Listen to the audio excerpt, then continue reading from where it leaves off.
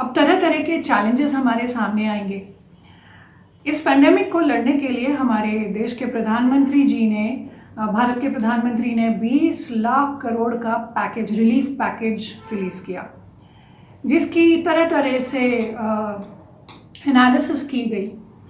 तो ये कहा गया कि ये 20 लाख करोड़ 10% है हमारी जीडीपी का। जीडीपी अर्थात ग्रॉस डोमेस्टिक प्रोडक्ट। तो जीडीपी होती क्या है?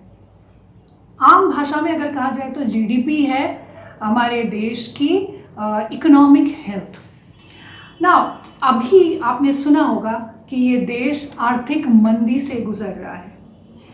लॉकडाउन के बाद आर्थिक मंदी से हमें गुजरना पड़ेगा। आर्थिक मंदी क्या चीज़ है?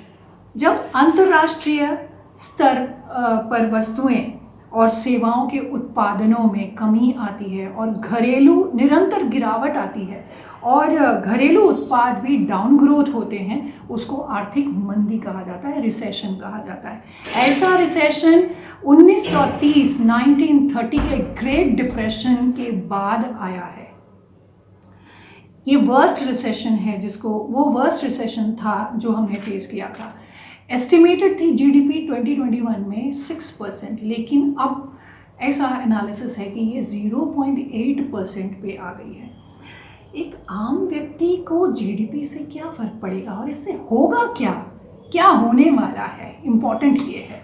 तो होगा क्या इससे? जीडीपी दर गिरेगी तो क्या होगा? इससे कंजम्पशन गिरना शुरू होगा। आप सिर्फ उन्हीं चीज़ों को कंज्यूम करेंगे जो असेंशियल कमोडिटीज़ होती हैं। जैसे अभी आपने देखा होगा राशन, दवाइयाँ, इन सब चीज़ों का कंजम्पशन हम कर रहे थे। हमने बाकी सारी चीज़ों को दरकिनार किया था, साइड कर दिया गया था।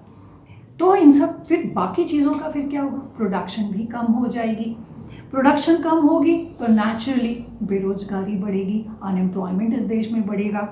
अनएम्प्लॉयमेंट अगर बढ़ेगा, ग्रेजुअली नेचुरली सेविंग, इन्वेस्टमेंट भी गिरावट आएगी, कर्ज की मांग में भी कमी आएगी। और क्या होगा? और शेयर बाज़ार में गिरावट होगी। जो लोग शेयर में डील करते हैं उनको असर पड़ेगा बहुत ज़्यादा। लिक्विडिटी यानी कि कैश भी घटेगा।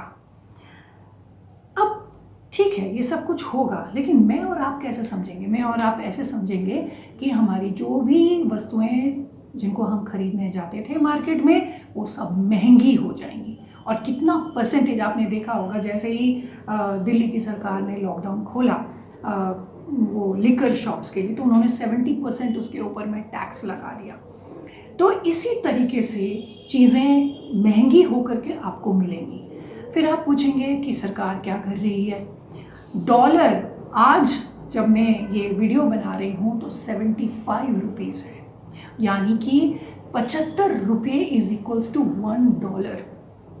ठीक है, तो सरकार क्या कर रही है? फिर से यही सवाल आएगा, बार बार यही सवाल आएगा कि सरकार क्या कर रही है। लेकिन सरकार क्या है? सरकार एक एजेंसी है। सरकार is nothing but an agency who performs the things for the country, for the nation. तो मुझे और आपको क्या करना है? मुझे और आपको जो करना है वो ये कि इस महंगाई के दौर में हमें चूज़ करना है कि हमें अपने देश के द्वारा प्रोड्यूस किए गए चीज़, प्रोडक्शन की हुई चीज़ों का इस्तेमाल करना है, ताकि हमारे देश का पैसा देश के अंदर ही रहे, पहली बात। दूसरी बात, छोटी दुकानें जहाँ से जिन लोगों ने आपकी सहायता की थी इस पेंडेमिक के दौरान, इस कोरोना वायरस को लड़ने के लिए, छोटी किराने की दुकान से जहाँ से आप सामान लाते थे, कोशिश कीजिएगा कि आप उन्हीं दुकानों से लाएं, लोकल की दुकानों से जाकर के खरीदें। जो जिनकी बड़ी बड़ी चेन्स हैं, जिनके 500-600 आउटलेट्स हैं, उनको वो अपने आप सस्टेन कर सकते हैं मार्केट में। लेकिन वो दुकानदार जो स्मॉल शॉप जिनको बोलते हैं, जिनकी एक दुकान से उनका परिवार पलता है और बाकी 2-3 लोग जो उनके यहाँ एम्प्लॉयड होते हैं उनका रोज़गार चलता है, कोशिश कीजिएगा कि जिन लोगों ने आपकी मदद की आप उनका कर्ज उतार दीजिए। तो अगले 2 साल 1 साल तक कोशिश कीजिए कि आप उन छोटी दुकानों से ही सामान खरीदें ताकि वो सस्टेन कर सकें। बहुत बार ऐसा होता है कि छोटे 1 महीने के अंदर अगर प्रॉपरली अगर हमारा बिजनेस नहीं चल पाता तो वो बिजनेस बंद हो जाता है। इसीलिए प्रधानमंत्री जी की जो ये योजना थी कि हम MSMEs को सपोर्ट करेंगे, स्मॉल इंडस्ट्रीज़ को हम प्रमोट करेंगे। स्मॉल इंडस्ट्रीज़ कम से कम हो सकता है 50 से लेकर 100 लोगों को एम्प्लॉयमेंट देते हैं, चलिए 10 को भी देते हैं, तो उन 10 को मार्केट में रिटेन करने के लिए कि उनका एम्प्लॉयमेंट छिन ना जाए उनसे, वो जो इंडस्ट्रीज़ हैं वो अपने आप को मजबूत कर सकें, उसके लिए उन्होंने लोन फैसिलिटी की। उन्होंने कैश देने की बात नहीं की, उन्होंने उसको लोन देने की बात की ताकि वो अपने मार्केट में सस्टेन कर सके और कमा करके वो वापस लोन वापस कर सके, देश का पैसा देश के पास वापस आ जाए। दूसरी बात कोशिश कीजिए, तीसरी बात कोशिश कीजिएगा कि अपने जो लोकल वेंडर्स हों उनसे वेजिटेबल्स खरीदिए, उनसे ही ऑनलाइन वेजिटेबल्स या राशन मत मंगाइए। कोशिश कीजिए कि आप आपके जो लोकल शॉप कोई हो उससे सब्जियां खरीदिए, उससे फल खरीदिए, ताकि उसकी दुकान चले, आपका भी फ़ायदा हो और वो लोग जो उसकी दुकान में एम्प्लॉयड हैं उनका एम्प्लॉयमेंट।